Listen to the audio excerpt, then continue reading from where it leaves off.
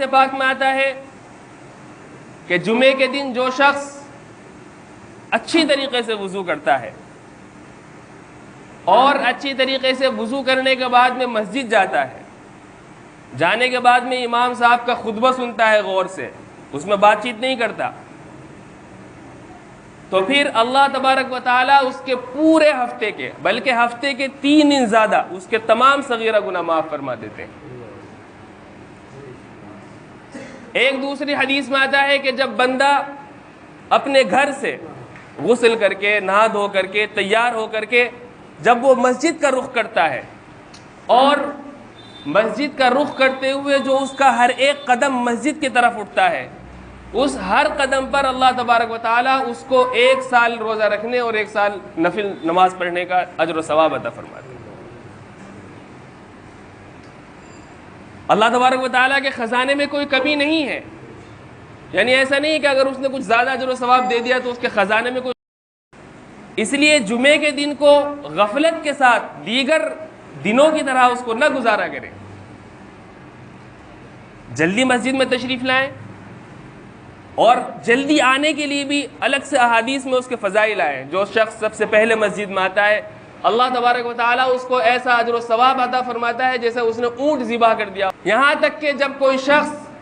خطبے کی اذان کے بعد میں امام کے خطبے کے لیے نکلنے کے بعد میں مسجد میں آتا ہے تو جو فرشتے اجر و ثواب دروازے پر بیٹھ کر کے لکھ رہے ہوتے ہیں وہ اپنا رجسٹر بند کر کے وہ بھی خطبہ سننے کے لیے آتے ہیں۔ جو شخص خطبے کے بعد میں آتا ہے تو وہ آ کر کے نماز پڑھے، نماز یقیناً قانونی اعتبار سے ہو جائے گی، فقہا کہیں گے کہ اس کی نماز ہو گئی، لیکن جو جمعے کے فضائل تھے وہ اس کو حاصل نہیں ہوئے۔ ہم ذرا سی غفلت کی وجہ سے جمعے کی اتنی بڑی فضیلت چھوڑ دیتے ہیں۔ یہ کوئی عقل مندی کی بات نہیں ہے کہ جلدی جب مسجد میں جانا ہی ہے 4 5 10 15 منٹ پہلے چلے جائیں اور یہ تمام فضائل اپنے ذہن و دماغ میں رکھیں تاکہ ہمیں یہ سب فضائل حاصل ہو جائیں۔ پھر جب مسجد میں آئیں تو مسجد میں آنے کے بعد میں جہاں جگہ ملے وہاں بیٹھ جائیں، لوگوں کو پھلانگ کر کے ان کے کاندھوں کے اوپر چھلانگ لگا لگا کر کے صفوں میں نہ آئے، اس سے حدیث پاک میں منع فرمایا۔ جب امام کا خطبہ شروع ہو جائے تو خطبہ شروع ہونے کے بعد میں کسی بھی قسم کا کلام کرنا، گفتگو کرنا جائز ہی نہیں ہے، یہاں تک کہ اگر دوران خطبہ امام درود شریف پڑھ رہا ہے تو اس کے باوجود درود شریف جب پڑھا جائے کسی مجلس میں تو اللہ کے نبی پر پہلی مرتبہ درود پڑھنا واجب اور ضروری ہے، لیکن جب خطبے کے دوران امام درود پڑھے، اللہ کے نبی کا نام آئے تو پھر زبان سے اللہ کے نبی کے اوپر درود پڑھنا بھی مقتدیوں کے لیے جائز نہیں ہے۔ ادھر ادھر کی باتیں کرنا کہاں جائز ہوگا؟ ادھر ادھر لغویات میں مبتلا ہونا کیسے جائز ہو سکتا ہے؟ تو ان سب چیزوں کا جمعے کے دن ہمیں خیال رکھنا چاہیے۔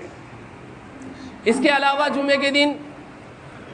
جمعے کے فضائل بہت ہیں، مختصراً یہ بھی ہے کہ جمعے کے دن علاوہ نماز جمعہ کے، ایک تو جمعے کی نماز ہے اس کے لیے جلدی آنا ہے، دوسرا عمل جو بہت زیادہ اہمیت کا حامل ہے وہ ہے سورۃ الکہف کی تلاوت۔ 15 پارے میں سورۃ الکہف ہے،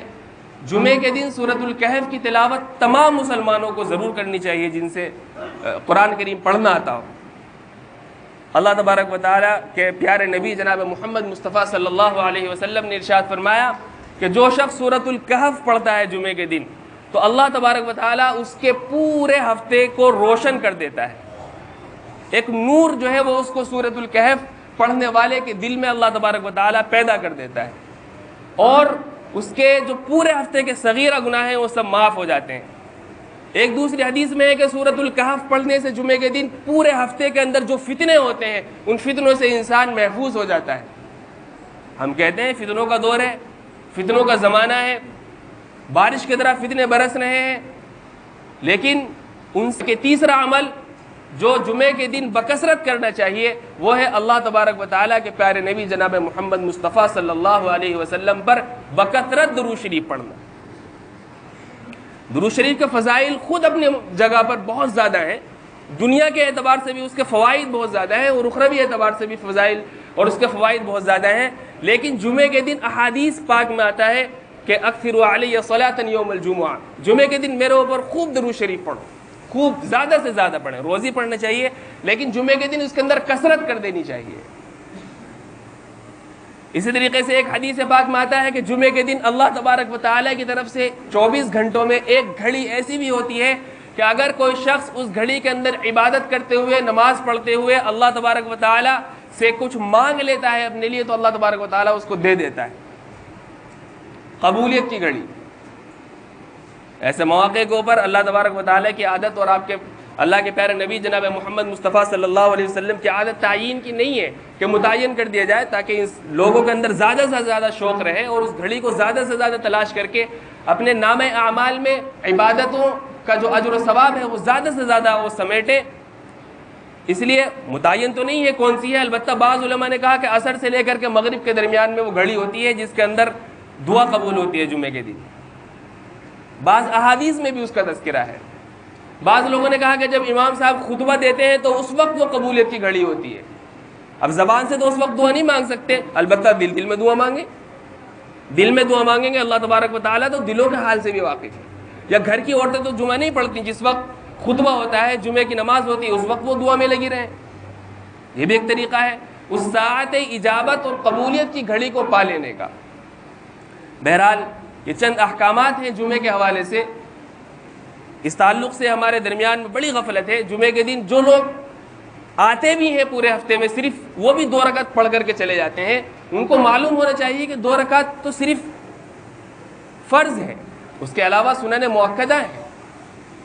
جمعے سے پہلے 4 سنتیں مؤکدہ ہیں، جمعے کے بعد میں 4 سنتیں مؤکدہ ہیں، ان کے بعد میں 2 سنتیں غیر مؤکدہ ہیں، وہ سب پڑھ کر کے جایا کریں۔ جمعے کے دن عبادت کا دن ہے، اس میں اور دنوں کو بنسبت زیادہ عبادت کریں، اور جمعے کو ہرگز کسی بھی قیمت پر فوت نہ ہونے دیں۔ اللہ کے نبی نے فرمایا جس شخص نے 3 جمعے غفلت کی وجہ سے